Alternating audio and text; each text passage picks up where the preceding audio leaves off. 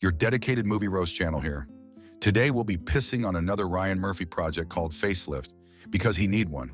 The show opens up with a desk full of the latest face creams that will surely get your skin looking as good as Virginia Mallow's. In her desperation, Virginia Mallow does her morning ritual of peeing and collecting it in a jar, only to use it as a morning toner. She winces in disgust, but her skin is glowing golden. She goes to kiss her daughter Faye, who immediately smells the asparagus and tells her mother not to do that disgusting thing. Virginia lies her ass off saying she don't know what she on about. While Virginia grabs breakfast of asparagus and beet juice, Faye scolds her mother for being too obsessed with trying to regain her youthful look. It's not giving Golden Girls, it's giving golden showers. Virginia fires back, saying that Faye shouldn't have married someone who couldn't deliver the alimony.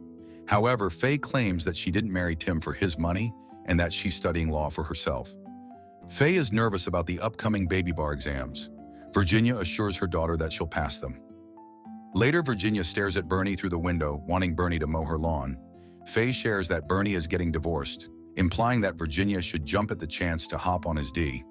She informs Virginia that Bernie picks up a bottle at the local liquor store every Friday. The following day, Virginia is all dolled up at the liquor store. A salesperson approaches her for hanging around too long in the store and not buying anything. Bernie enters the store and immediately sees Virginia. They inquire about each other's lives. Virginia's husband just passed while Bernie is getting divorced. Bernie compliments Virginia's looks. Suddenly, Cassie, Bernie's girlfriend, interrupts the conversation. Bernie introduces her to Virginia, but Cassie recognizes Virginia as they were former college roommate. As Bernie leaves the two for some catching up, Virginia asks what makes Cassie look so young. Cassie says just diet and exercise. However, Virginia doesn't believe it. Cassie goes Real Housewives on Virginia and tells Virginia to stay away from her mans in exchange for the secret. She gives Virginia the calling card of a plastic surgeon named Dr. Perle. Virginia is in her Demi-Moore substance era, so she goes to Pearl's office and shares how much she hates herself.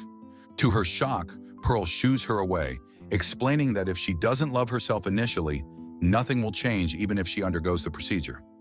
Virginia begins to cry and basically begs for Pearl to take her in as a patient. She explains that even though she married a wealthy man, Virginia never had the chance to become her true self, and now she's afraid that it might be too late. Pearl assures her it's not. She explains to Virginia that she's not a plastic surgeon, but a worshiper of the human form. Eventually, because of Virginia's honesty, Pearl takes her in. Virginia follows Pearl in a sussy-ass laboratory.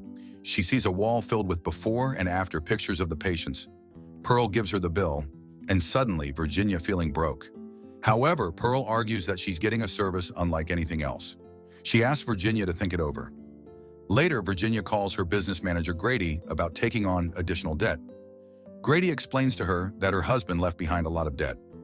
Virginia is adamant about getting the facelift because her kitty cat been lonely. She threatens to replace Grady, but he is undeterred. Virginia is disappointed. In the evening, she tearfully looks at herself in the mirror. Suddenly, she hears Bernie and Cassie flirting nearby. She looks through her window and sees the two porking. Cassie sees her and closes the translucent curtains. The following day, Virginia signs up for the procedure anyway. Pearl asks to see her hands and asserts that they're beautiful, but Virginia is not convinced. Pearl explains that she must also work on her hands, otherwise it'll be like Nicole Kidman. Stretch face, leather hands. Virginia explains that for the work on her face, she had to move a lot of money. She says her broke ass probably can't afford both. However, Pearl cuts her off and offers the work for free. The doctor explains that she doesn't do this just for the money. Although hesitant, Virginia eventually complies. While under anesthetic, Virginia sees the company logo tattooed on the doctor's arm and her staff's. Meanwhile, the staff is chanting like she missed Cleo. Virginia falls asleep from the anesthesia. Faye arrives home and sees that her mom, wrapped in bandages, is looking for the painkillers. Virginia is writhing in pain, so she asks Faye to hurry up. Faye gives the pill and scolds her mom for doing the procedure, and Virginia fires back with, "My body, my choice." Faye retorts this by saying that Grady, the business manager, called to tell her that Virginia is in a lot of debt. So Virginia tells her that if push comes to shove, Faye could just apply for student loans and hope that someone else gets elected in 4 years. Faye is taken aback by Virginia's response. However, Virginia accidentally slips and tells her she's just her stepdaughter. Virginia quickly realizes her mishap and apologizes profusely. But Faye has had enough of the mummy returns, so Faye leaves and doesn't return. Virginia gets woken up by the thunder. She tries to reach for the painkillers, but because of her bandages, she spills all the tablets. She uses her mouth to take a pill. Suddenly, she hears voices and loud thumping, sounding like someone doing it. She begins to panic and falls to the floor. She sees a demon and tries to escape, but it's just Faye, who assures her that everything will be fine. The following day, Faye takes care of Virginia. Virginia asks her what made her come back. Faye shares that she never really felt like a stepdaughter and probably has no idea what Virginia is going through.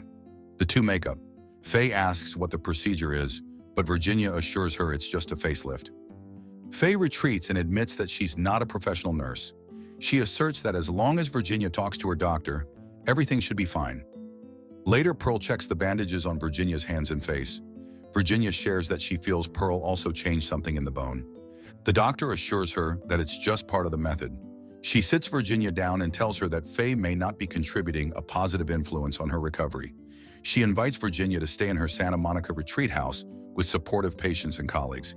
Virginia is hesitant again because she can't afford it anymore. But Pearl assures her that it's complimentary. Later, Virginia packs her bags to go to this mysterious location. But Faye is hesitant. She explains that she did a background check on Pearl and learned that the doctor is as much a doctor as RFK Jr. is. Pearl has 3 legal suits before moving to Beverly Hills and starting a clinic. Although all of this just goes past Virginia's wrapped-up head, she asserts that Faye isn't being supportive and walks out. Virginia arrives at this mysterious place. She is welcomed by a butler, starting to feel like some get-out shit but for white people. The place is surrounded by a forest.